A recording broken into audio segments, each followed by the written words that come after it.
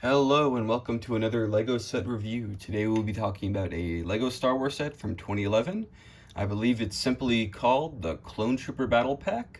It could also be called Clones with Bark Speed or something like that, you know. Clone Troopers Battle Pack, you know the drill. Battle packs were this line that LEGO kind of started around 2006 or 7, where you'd get 4 characters to army build, and the idea was you'd amass a lot of these. It would have some sort of low-level ship that you'd want multiples of, or at least you'd hope it would come with something like that, and it would come with a lot of similar characters. Now, this set was kind of the gateway drug for me because after I got it, I sort of became obsessed with collecting the clone troopers, and at a certain point, that kind of overpowered my liking of Lego itself. So when I was done collecting clone troopers, when I kind of was like, I was satisfied, I stopped. That was the start of me not playing with Lego, or not really paying attention to it. Around like 2014 was the year I stopped, and because of that, there's sort of a love-hate relationship where this set kind of opened my eyes to a new way of viewing Lego, but one that wasn't necessarily a good way of looking at it, or at least in my opinion. I know a lot of people still like the whole clone army thing. I understand the appeal, especially back then. I was obsessed with getting as many clone troopers as possible, and I have a lot of memories of this set in specific that I'll detail in a second. But let's take a look at what you're actually getting figure-wise, because that's the main draw. First, we have, to me, the most infamous, the Bomb Squad Trooper. I'm not sure how the Clone Wars lore goes or whatever, but I've been told that he's not even real, like he's not even part of the Star Wars canon. And maybe he is, maybe he isn't, I'm not sure. Maybe they had him later. To me, he's just an orange clone trooper. He was always the one I cared about the least, specifically because you get 2, and the whole orange thing never really did anything for me. One thing that I'm noting now is that these guys actually have leg printing, which is kind of weird that I never thought about it as a kid, but that's definitely like a step up. Like if you think about it, like, okay, you got 3 figures with leg printing in such a cheap set. Like, that's actually pretty good, especially for the time. Under it, you've got the angry clone face. Good for them. Yeah, he's orange. There's nothing really to say about him besides that. He's okay. Next is my favorite, but I have a few. This one's my favorite, but this copy of it is disgusting. I don't know why it yellowed so much, and also I decided to swap a different head for this guy, and he has no mouth, but he must scream. It's kind of crazy how every other detail on this head looks decent, but then however I scraped his mouth off, it's seamless. Anyways, I love the shape of this helmet. Of course, it's very reminiscent of the Scout Trooper helmet, but a definitely different mold and with printing on the eyes instead of a cutout hole. But I don't really care. I think this is a great mold. I love the shape of it. It reminds me of the Beekeeper from Johnny Test. I don't even know if he looks like that, but it reminds me of bees and beekeeping. Lots of great little prints. I gotta appreciate the sand green there too. Just pretty excellent design, I'd say. But yeah, he has the standard clone trooper body, which excited me so much because after I got this set, I'm like, oh, what are the other clone troopers? And it's like, I really, really like the normal one, the vanilla one, but he wasn't in any sets because it was 2011. So I was like, oh man, how am I gonna get him? And this is the closest thing I could get to him, and I was really happy about that, even though these are, in retrospect, these are very similar.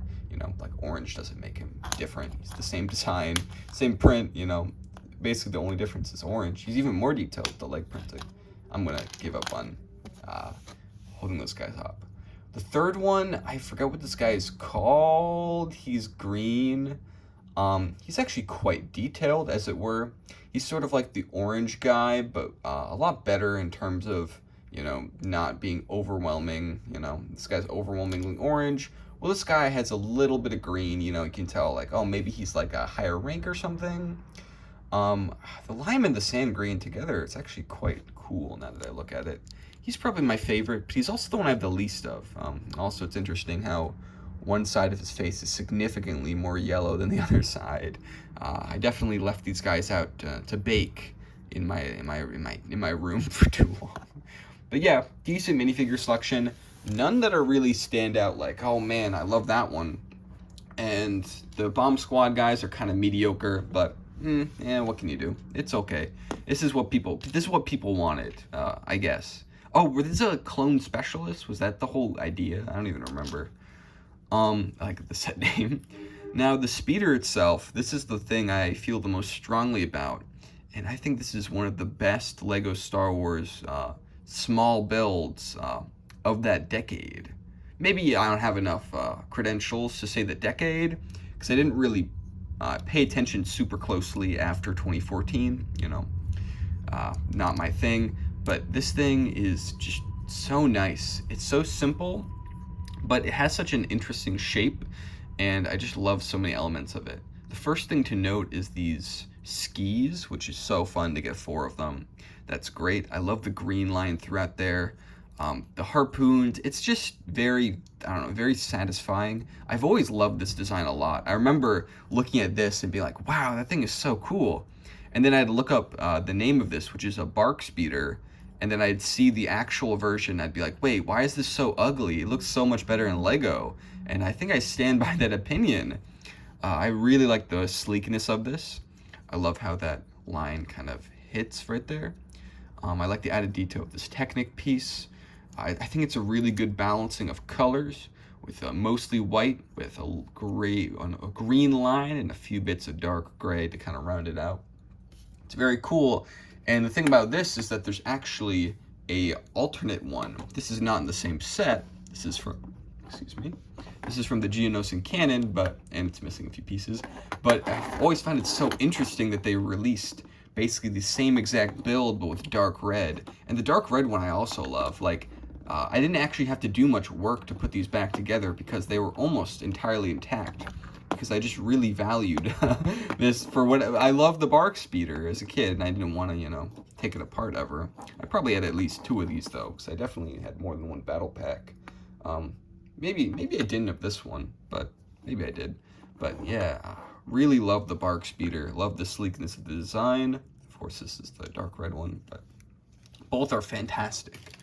And this is the kind of thing that'd be perfect to get a bunch of, because it's a little small speeder. You can't necessarily make a big deal out of that. It's some sort of crazy set. But as something you amass, it's perfect. The only problem is that it doesn't really accommodate more than one guy. So yeah, it's kind of been a challenge to do stuff with these guys in terms of setting them up, because there's nowhere to put them. There's no tiles. It's very smooth. And it definitely does have that modern design feeling of okay, every single stud is covered up. We're going to put a lot of detail in a very dense area. But I don't think it goes too far. It definitely has those nice contours. It's not overly smooth or anything. Now, to get on with some of the memories I have with the set, because it was the gateway, because I love this speeder so much, when I was swinging on my swing set in my suburban home, my childhood home, I used to call the swing that people call a horse swing, the 2-seater. You know what I'm talking about? The one that has the handle on both sides, double sided. I used to call that a bark speeder, or at least I did for a little bit. And I made up a little story where the villain of our play story, me and my sister, who is Baby Dill, because as a baby I guess I was evil, he would always fly away on his bark speeder, and that's the game we would play. It was very, very avant-garde, very non-traditional, but yeah, the bark speeder was involved. And I don't think my sister never cared about Star Wars. They never saw the movies as a kid, so they didn't really know what it was. But I had the secret. I knew what a bark speeder was. I had the secret sauce. What else do I remember about this set, man? I don't know exactly when I got it for the first time. Must have been my allowance. I guess I could go further into how it kind of changed my mindset about Lego, because this was the moment when I cared more about figures, because my logic was like, why get a bigger set if you get more figures in this small one, and when I want more of the clone troopers anyway? So I ended up getting kind of shifting focus to getting a bunch of very small sets that had minifigures primarily. Specifically the Ninjago spinners. I think I got almost every single one they released. I don't know where the spinners are. I would love to have them today, but yeah, I got a ton of those. I got a bunch of battle packs. Got a lot of those poly bags. I guess they were. I guess the proper term would be like. Well, you know, the small box sets that aren't poly bags, but they're the smallest box sets you could get. Impulse buys, I guess, is what the term is, but that doesn't really make sense. Because wouldn't a poly bag be an impulse buy? But yeah, so I was obsessed with getting those and the freaking what are they? The collectible minifigures. That was the other thing. And there was just a lot of content at that time that kind of switched my view to like caring way too much about the minifigures. I was never like I didn't care about accuracy at all, unlike modern audiences. I just wanted more guys, and I don't know. I really liked Lego Episode 2 from the Lego Star Wars video game, and because of that, I had an attachment to the prequels, even though I don't think I ever watched the movies, and that kind of fueled this whole irrational machine to being figure obsessed. Back then, the number one set that I wanted was the Republic gunship, but it was a little bit too old at that time. It came out in 2008, and I started wanting it really bad in 2011 and 12. And I remember I was so excited when the new one was announced, and I asked for it for Christmas, and that was one of the gifts I did get. It was a very, very good moment. And after that point, I was like, okay, I've got my set that I've always wanted. There's not really much to go, and it didn't look like in 2014 and beyond, it didn't really look like they were doing much more clone trooper stuff. I was like, okay, I guess, I'm done collecting, I think. I had enough. I was done. And that was unfortunate, because in that time there definitely was a lot of fun things that Lego was doing that I missed out on. Specifically like Galaxy Squad. I don't know if I would have liked it at the time, but I definitely would have liked to have like one or two sets. I remember walking by the aisle at Walmart, kind of after, I was kind of done with Lego, but I wasn't done, but I was like done with Lego, just checking to see what Star Wars stuff was there. And I saw Galaxy Squad, and I remember stopping and being like, wow, this is important. This is like legacy. Like, for some reason it just felt important, because like I kind of knew about the Lego space line, wasn't super familiar. It was before the Lego movies, so I wasn't, every kid didn't really see, it wasn't as much a thing. Like the blue space guy wasn't like as much of an icon as he is now. Back then, maybe the red or yellow or even the white, because those are the actual first ones, which is interesting to think about. So I just remember seeing that and being like, wow, these are cool. But of course, I never got any of them. I was getting way too far into video games. That was the next big wave of things that I was enjoying and stuff. And I didn't come back to Lego for a long time. I remember when I was, I remember distinctly remembering when in like 2012, 2013, when I was like, 10 years old. I was thinking like, oh, I have a wave of liking games, and then I have a wave of liking Legos, because that's really how it was. Because like 2012 was definitely like the time I was into video games. Like it's like, oh man, I just got in the 3DS and I played it constantly, and I was super into it. Then 2013 was more of like it was more into Legos. Lego Star Wars Episode 2 sets were coming out, and I was super excited for those. And then I guess you could say for 2014 to 2021, I was into video games. But then when Lego came back into my life, it kind of overtook that interest mainly, which is just interesting. Sometimes when I think about weird psychology like rules that like I have in my head, or like things I notice where I'm like, oh, when I'm into this, I'm not into this, and then like the pattern goes away, and I'm thinking like, oh, I was just overthinking things.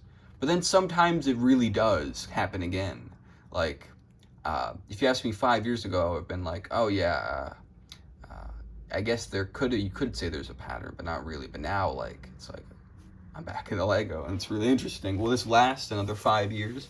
Will I be that into Lego for this long? Will I succeed? Will I do everything I want to do?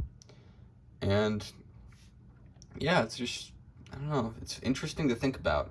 And I mean, I'm sorry if you didn't want to hear any of this random anecdotal personal, not even crazy personal, just stories.